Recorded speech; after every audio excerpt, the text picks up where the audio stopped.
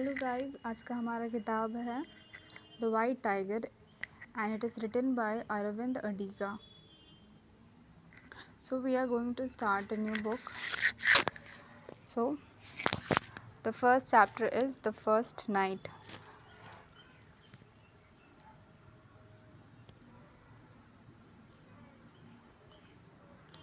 From the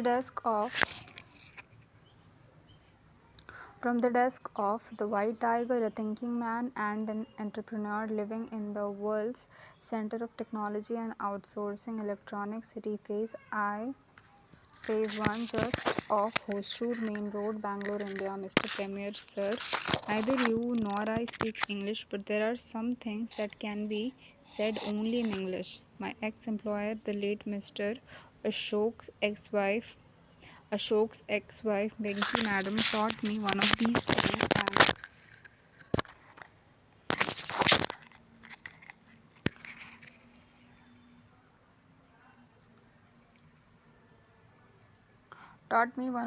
things and at 11:32 p.m. today, which was about 10 minutes ago, when the lady on All India Radio announced Premier Jita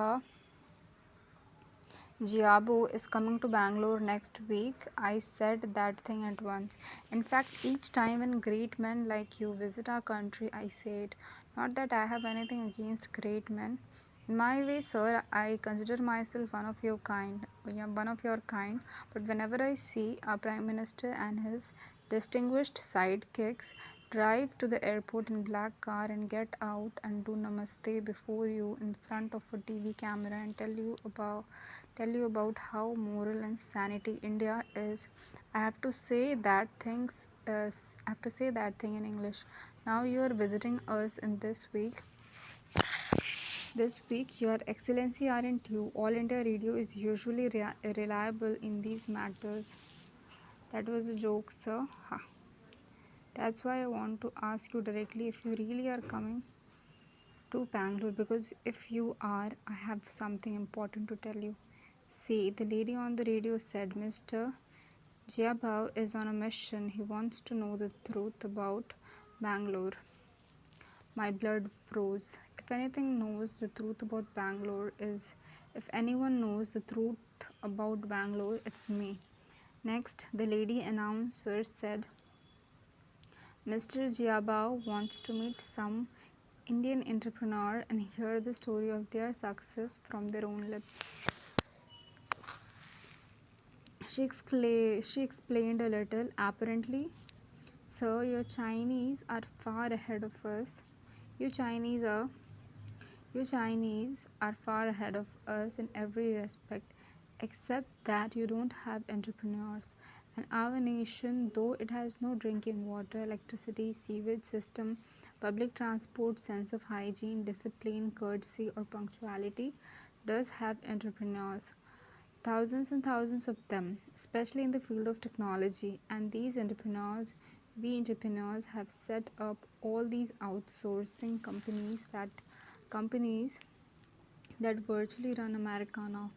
You hope to learn how to make a few Chinese entrepreneurs. That's why you're visiting.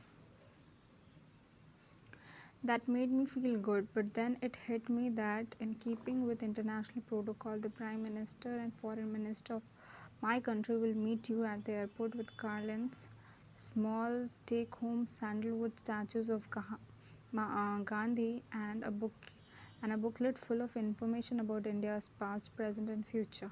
That's when I had to say that thing in English, so out loud. That was at 11:37 p.m. 5 minutes ago. I don't just swear and curse. I'm a man of action and change. I decided right there and then to start dictating a letter to you. To begin with, let me tell you of my great admiration for the ancient nation of China. I read about your history in a book, Exciting Tales of Exotic East, that I found on the pavement back in the days when I was trying to get some enlightenment by going through the Sunday second-hand book market in the old Delhi. This book was mostly about pirates and gold in Hong Kong, but it did have some useful background information too. I said that you Chinese are great lovers of freedom and individual liberty. The British tried to make you their servants, but you never let them do it. I admire that, Mr. Premier. I was a servant once, you see. Only three nations have never let themselves to be ruled by foreigners: China, Afghanistan, and Abyssinia. These are the only three nations I admire. Out of respect for the love of liberty shown by the Chinese people, and also in the belief that the future of the world lies with the yellow man and brown man, now that our erstwhile master, the white skinned man, has wasted himself through burglary, cell phone usage, and drug abuse, I offer to you, free of charge, the truth about Bangalore by telling you my life's story. See, when you come to Bangalore and stop at the traffic light, some boy will run up to your car and knock on your window while holding up a bottle legged copy of an American business book wrapped carefully in a cellophane with a title like 10 Secrets of Business Success or Become an Entrepreneur in 7 Easy Days. Don't waste your money on those American books. They are so yesterday. I am tomorrow. In terms of formal education, I may be somewhat lacking. I never finished school. To put it bluntly, who cares? I haven't read many books. I've read all the ones that count. I know by heart that work of our four greatest poets of all time: Rumi, Iqbal, Mirza, Ghalib, and the fourth fellow whose name I forgot was self-taught entrepreneur. That's best kind there is, trust me. When you have heard the story of how I got to Bangalore and become one of its most successful, though probably least known businessman, you will know everything there is to know about how entrepreneurs is born, nurtured, and developed in this, the glorious 21st century of man, the century more specifically of yellow and brown man, you and me. It is a little before midnight now, Mr. Jaibao. A good time for me to talk. I stay up the whole night, Your Excellency, and there is no one else in this 150 square foot office of mine, just me and the chandelier above me. Although the chandelier has a personality of its own, it's a huge thing full of small diamond shaped glass pieces, but just like the ones that they used to show in the films of 1970s. Though it's cool enough at night in Bangalore, I've put a midget fan, 5 cobwebby blades, right above the chandelier. See, when it turns, the small blades chop up the chandelier light and fling it across the room, just like the strobe light at the best discos in Bangalore. This is the only 150 square foot space in Bangalore with its own chandelier, but it's still a hole in the wall, and I sit here the whole night. The entrepreneur's curse. The entrepreneur's curse. He has to watch his business all time. Now I'm going to turn the midget fan on so that the chandelier light spins around the room. I'm relaxed, sir, as I hope you are. Let us begin. Before we do that, sir, the phrase in English that I have learned from my ex-employer, the late Mr. Ashok Ashok's ex-wife Pinky Madam, is what a fucking joke. Now I no longer watch Hindi films on principle, but back in the days when I used to, just before the movie got started, either the number 786 would flash against the black screen. The Muslim think this is the magic number that represents their god, or else you would see the picture of a woman in a white sari with gold sovereign dripping down her feet, which is the goddess Lakshmi of Hindus.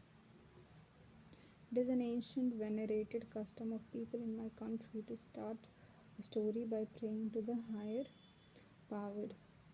I guess, Your Excellency, that I too should start off by kissing some gods' arse.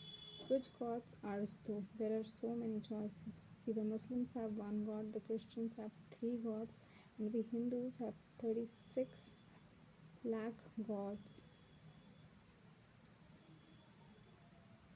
We have 3 crore gods, making a grand total of 3 crore 60 lakh and 4 divine urses for me to choose from.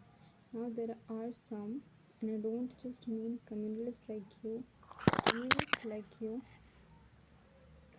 but thinking men of all political parties who think that not many of these gods actually exist. Some believe that none of them exist. There's just us and an ocean of darkness around us. I'm no philosopher or poet. How would I know the truth?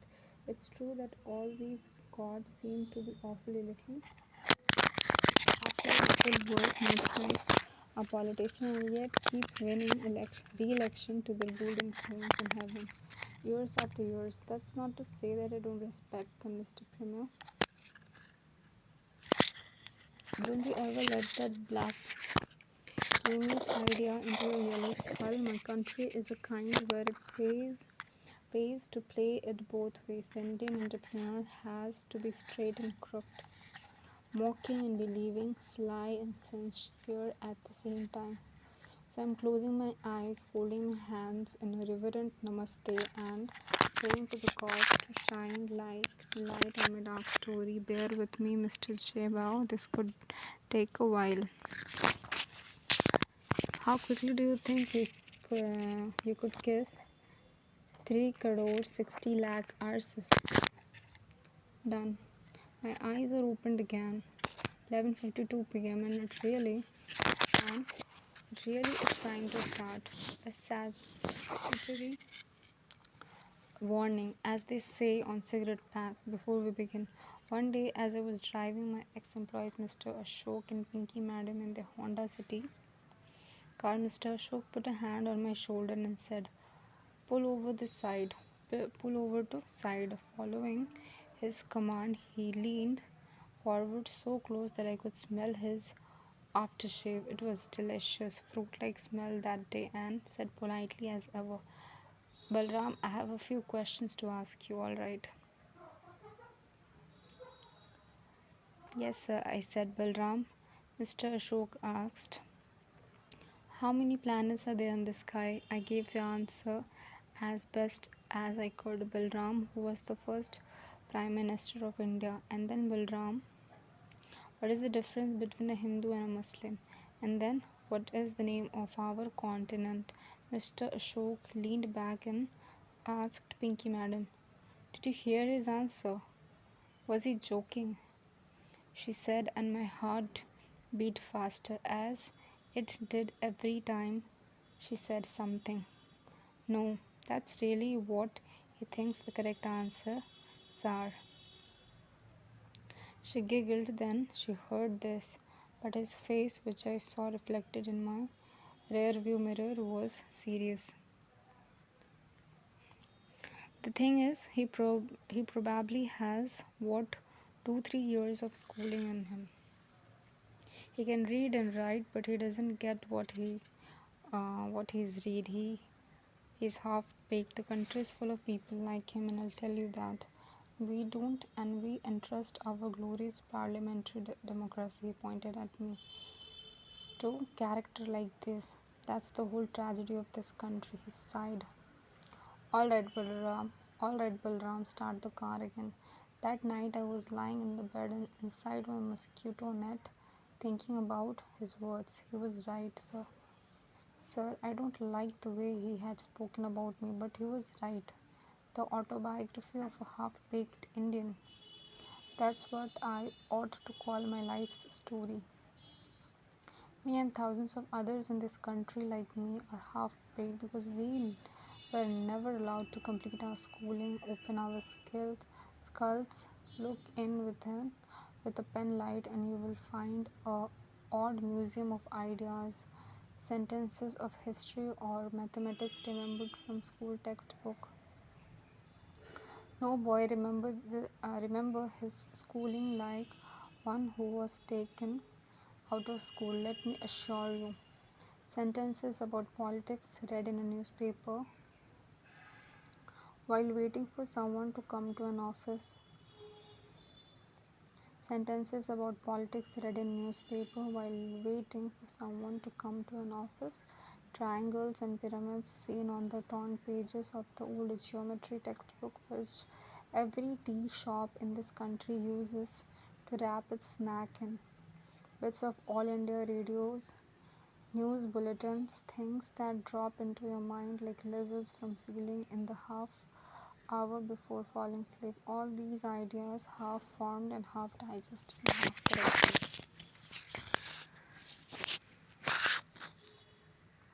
mix up with other half cooked ideas in your head, and I guess these half formed ideas burger one another and make more half formed ideas, and this is what you act on and live with.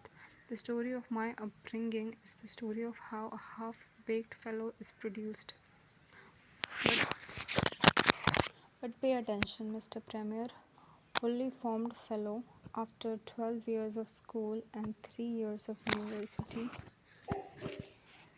Wear nice suits, join company, and take orders from other men for the rest of their lives. Entrepreneurs are made from half baked clay.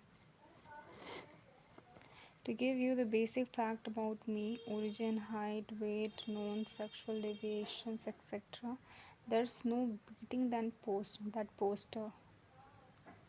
The one that the one the police made of. Calling myself Bangalore's least known success story isn't entirely true, I confess. About 3 years ago, when I became briefly a person of national importance owing to an act of entrepreneurship, the poster with my face on it found its way to every post office, railway station, police station in this country. A lot of people saw my face and name back then. I don't have the original paper copy, but I've downloaded an image to my silver Macintosh laptop. I bought it online from a store in Singapore, and it really works like a dream. And if you wait a second, I'll open the laptop, pull that scanned poster up in red, and read from it directly. But the word about the original poster, I found it in a train station in Hyderabad in the period when I was traveling with no luggage except for one very heavy red bag, and coming down from Delhi to Bangalore. I had the original right here in the office in the drawer of this desk for a full year. One day the cleaning boy was going through my stuff and he almost found the poster. I'm not a sentimental man, but Mr. Jiabao, entrepreneurs can't afford to be, so I threw the things out. But before that, I got someone to teach me scanning.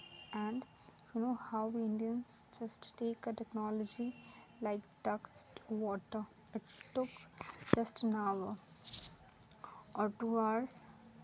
I'm a man of action, sir, and here it is on the screen in front of me. Assistant sought in search for missing man. General public is hereby informed that the man in the picture, namely Balram Halwai alias Munna, son of Vikram Halwai rickshaw puller, is wanted for questioning. Age between 25 and 35, complexion blackish, face oval, height 5 feet 4 inches, estimated build thin and small. Well, that's not exactly right anymore, sir. The blackish faced bit is still true, although I'm of half mind to try one of those skin whitener cream they have launched these days so Indian men can look white as westerns, but the rest, alas, is completely useless. Life in Bangalore is good. Rich food, beer, nightclubs, so what can I say? Thin and small. I'm in better shape these days. Fat and pot-bellied would be more accurate now. But let us go on. We don't have all night. I'd explain this pit right now. Balram Halwai alias Munna. See, my first day in school, the teacher made all the boys line up and come to his desk so he could put our names down in the register. When I told him what my name was, he gapped at me. Munna, that's not a real name. He was right, it just mean boy. That's all I've got, sir, I said. It was true, I've never been given a name. Didn't your mother name you? She's very ill, sir. She lies in the bed and spews blood. She got no time to name me. And your father? He's a rickshaw puller, sir. He got no time to name me. Don't you have a granny? Aunt, uncles? They don't. They have got no time either. The teacher turned aside and spat. A jet of red pan splashed the ground of the class. He licked his lips. Well, it's up to me then, isn't it? He passed his hand through his hair and said, we'll call you Ram. Wait, don't you have a Ram in, don't we have Ram in this class? Don't want any confusion. It will be Balram. You know who's Balram? Who Balram was, don't you? No, sir. He was a sidekick of Lord Krishna. Known what my name is. Know what my name is? No, sir. He laughed. Krishna. I came home that day and told my father that the school teacher had given me a new name. He shrugged. He shrugged. If it's what he wanted, then we'll call you that. So I was Balram from then on. Later on, of course, I picked up a third name, but we'll get to that later. Now, what kind of place is it where people forgot to name their children? Referring back to the poster.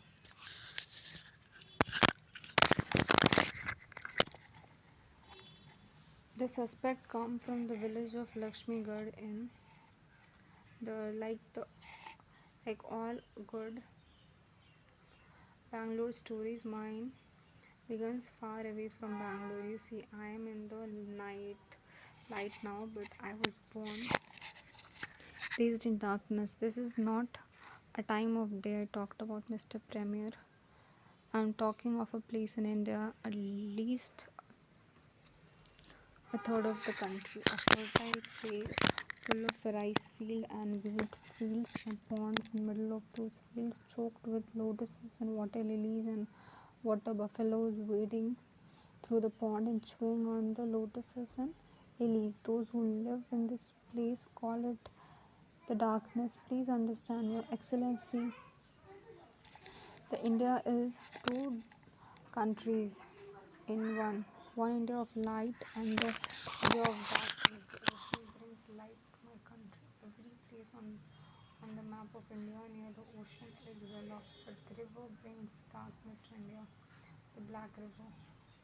Which Black River am I talking of? Which river of death, whose banks are full of rich, dark, sticky mud whose grip traps everything that is planted in it, suffocating and choking and stamping it. Why I am talking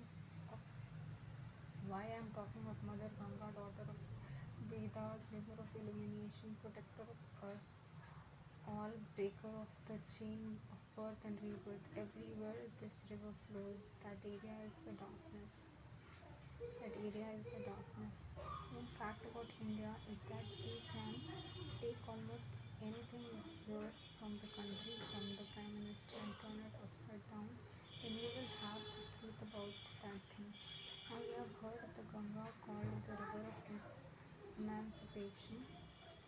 Hundreds of American tourists come each year to take photographs of naked sadhus at Haridwar or Banaras. In our Prime Minister will no doubt describe it that way to you and urge you to take a dip in it. No, Mr. Jabal, I urge you not to dip in the Ganga unless you want your mouth full of feces, straw, soggy parts of human body. Buffalo carry on 7 different kinds of industrial acids. I know all about the Ganga, sir. When I was 6 or 7 years old, no one in my village knows his exact age. I went to the holiest spot on the bank of Ganga, the city of Banaras. I remember going down the steps of the downhill road in the holy city of Banaras at the near of a funeral procession carrying my mother's body to the Ganga. Kusum, my granny, was leading the procession. Sly old Kusum.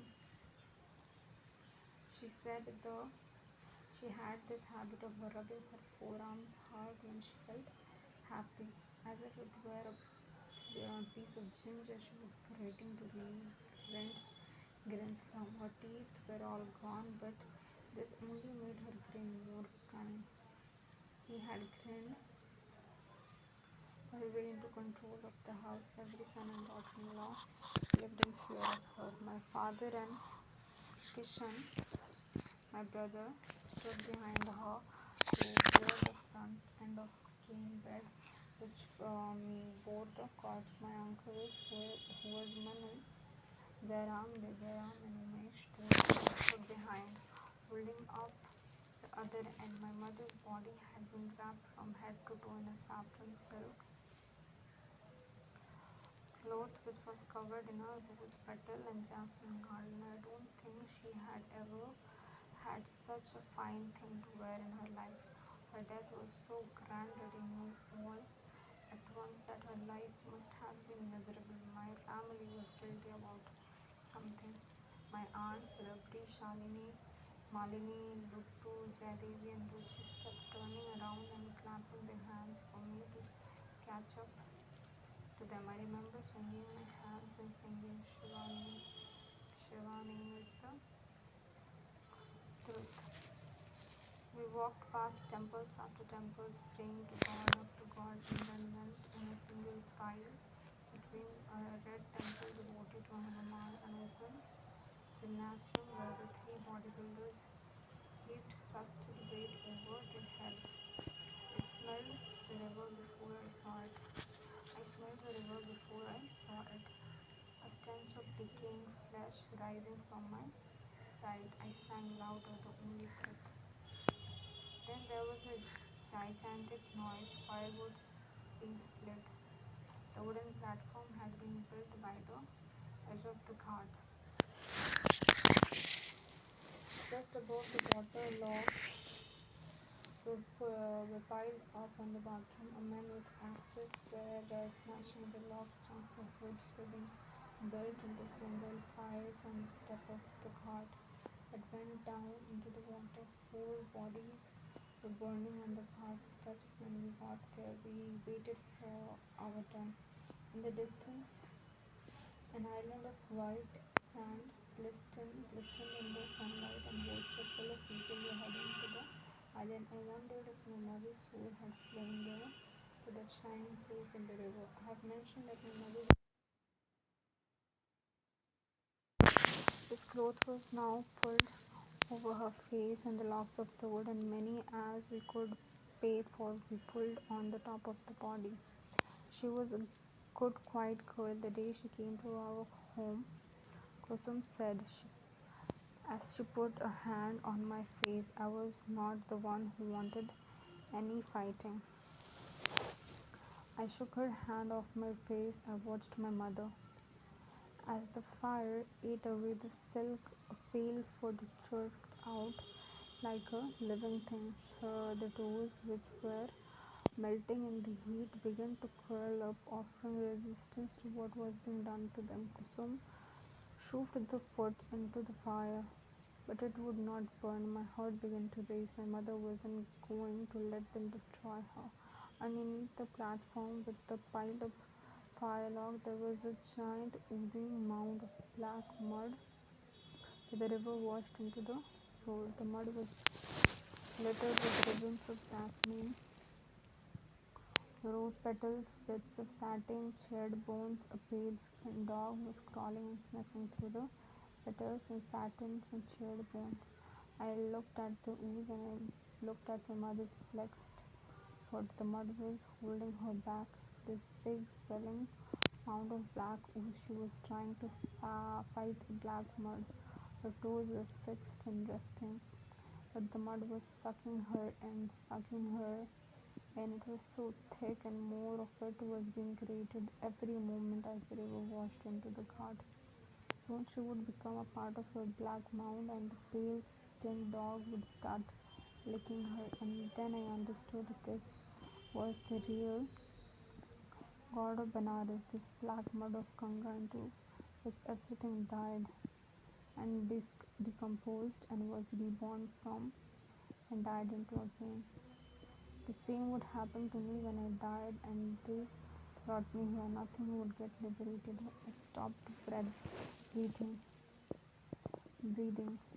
This was the first time in my life I fainted. I haven't been back to see the Ganga since then. I'm leaving that river for the American tourist, and comes from the village of Lakshmangad in the district of Gaya.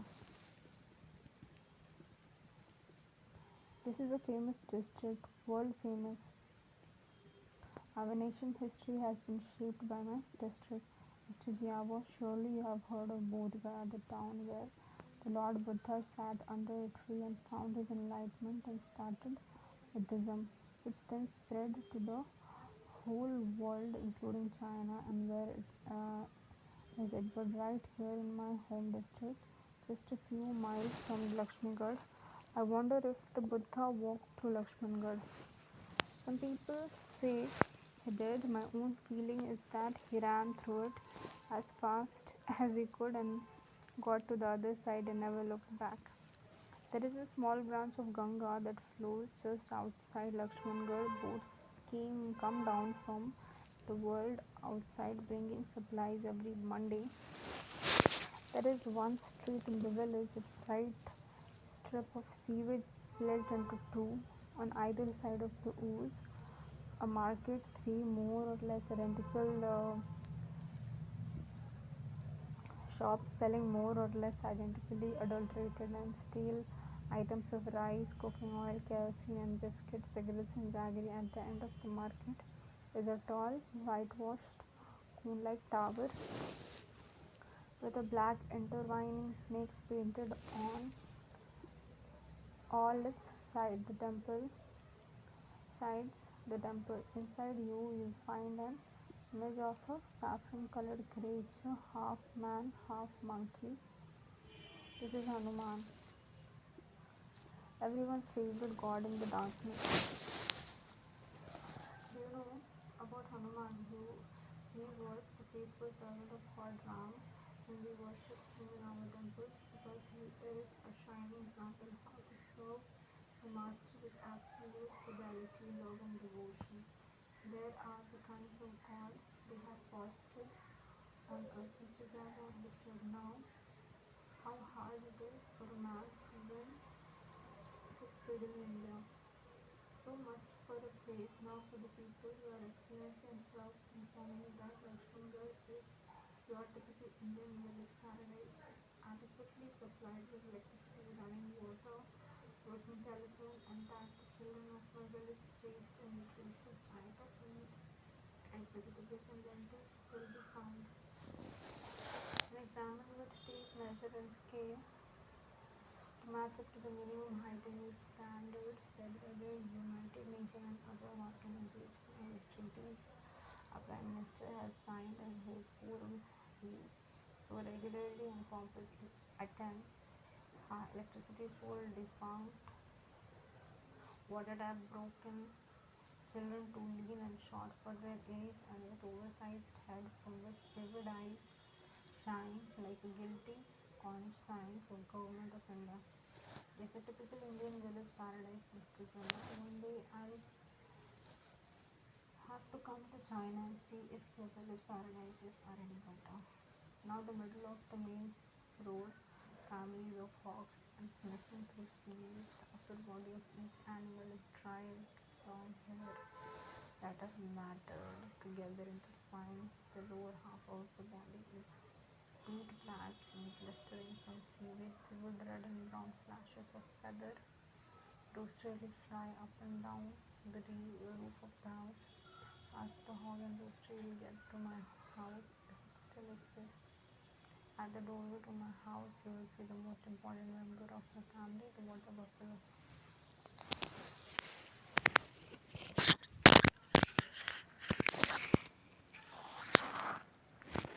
She was the fastest thing in our family. This was true in every house in the village. All day long, the women fed her and fed her fresh grasses.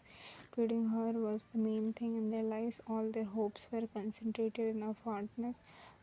Sir, I gave enough. She gave enough milk. The women could sell some of it, and there might be a little more money at the end of the day. She was a fat, glossy-skinned creature with a vein the size of a boy's penis slicking out over her hairy snout and long, thick, pearly spittle suspended from the edge of her mouth.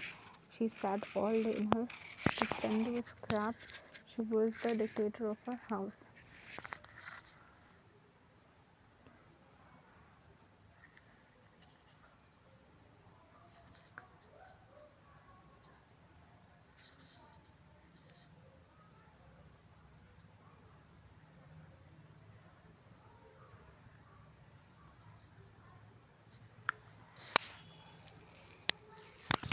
Thank you guys. We are at page 13. We will start it again tomorrow.